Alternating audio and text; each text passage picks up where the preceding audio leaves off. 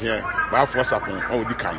ye nyina no ya de suade hu a eye Osaberima Asante Frimpong tikese eso daepa oni na chiame eni konti here ofratuma pedwa ni jase peni dia basani a yade a edi ekodi awuo ekum obia wo mamu a enstro peninsula akwara no apedwa nso no ye kan ye ho a ese no yese se no Osaberima Asante Frimpong ne mpeni atrase no ene oba ahema ti ye nyina nkan homomu e ye hwe na ebe ya ma apedwa nso no ye nkola ne ye ma emrewa ha no ya bo ho ban ye no kure no ye kwan nyina ba akopɛ ne pue ba akwa na wafa ba akwa aba enti nkwantia okuru nim ho no eye ba for sapon na gina wo se ehwa na ese no e wo community police for ha no mo e wo forestry staff for ha no mo e be yi won gina nkroma no so na assembly man for ha no mo e be hye won sa se na won be gina ho no mo na obia obewura pedwa krom ha so free fa na ba yo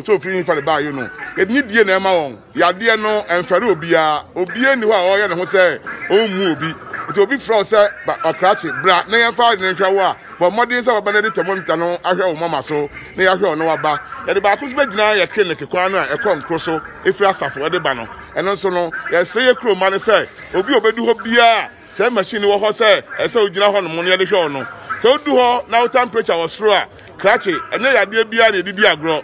ma for ani hwe Apedwa hospital ho na ye hwe o ma wo nti ye ba ye no ba say ye boy kro ho ban na se no man peninsula fa bɔ ne ho no yeso atrankonwa a ifra chima Apedwa